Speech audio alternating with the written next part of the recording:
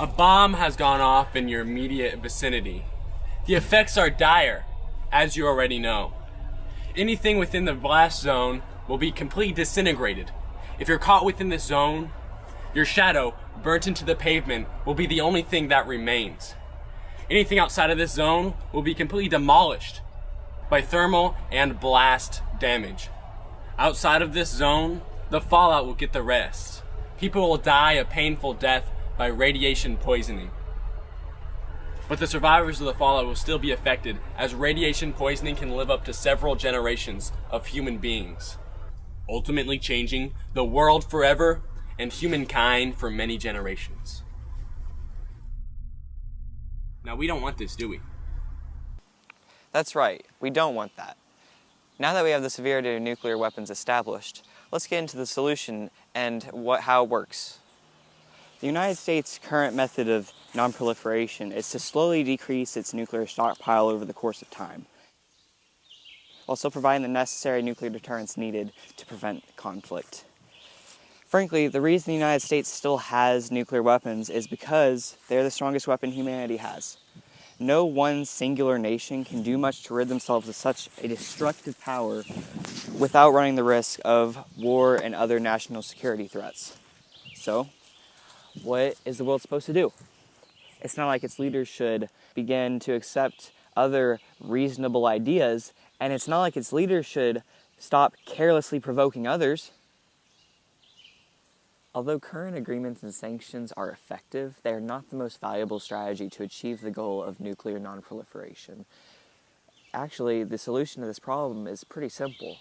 What all the world's countries should do is to create treaties and sanctions that increase the rate at which nuclear weapons are disarmed, so that they're all removed from the global arsenal within the next decade or so.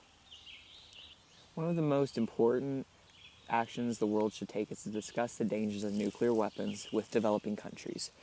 The reason for this is that developing nations are among the most vulnerable to accumulating a nuclear arsenal as well as using it. Robin Hansen's The Great Filter, Are We Almost Past It? Argues, for example, if our prospects are likely bleak, we should search out and take especially seriously any plausible scenarios, such as nuclear war or ecological collapse, which further intensifies the idea that nuclear war is a very believable possibility. Educating emerging countries severely decreases the chance that such a conflict would happen. Despite the claim that stronger nuclear sanctions would benefit the world, one may say that stronger treaties and sanctions would have an adverse effect on North Korea. They've made claims recently that essentially say that they will not falter to sanctions placed against them.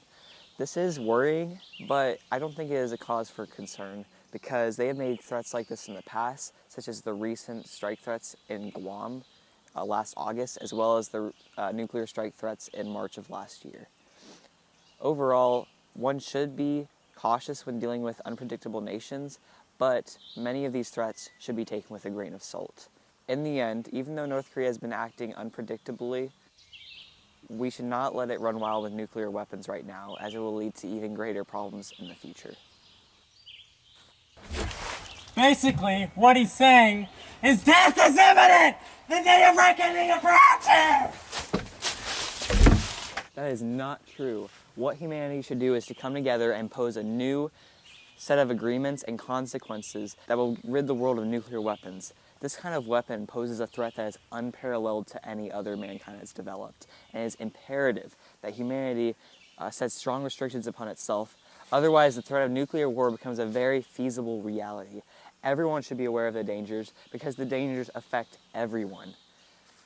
Overall, all countries of the world should come together to create one treaty that will benefit humanity for many years to come.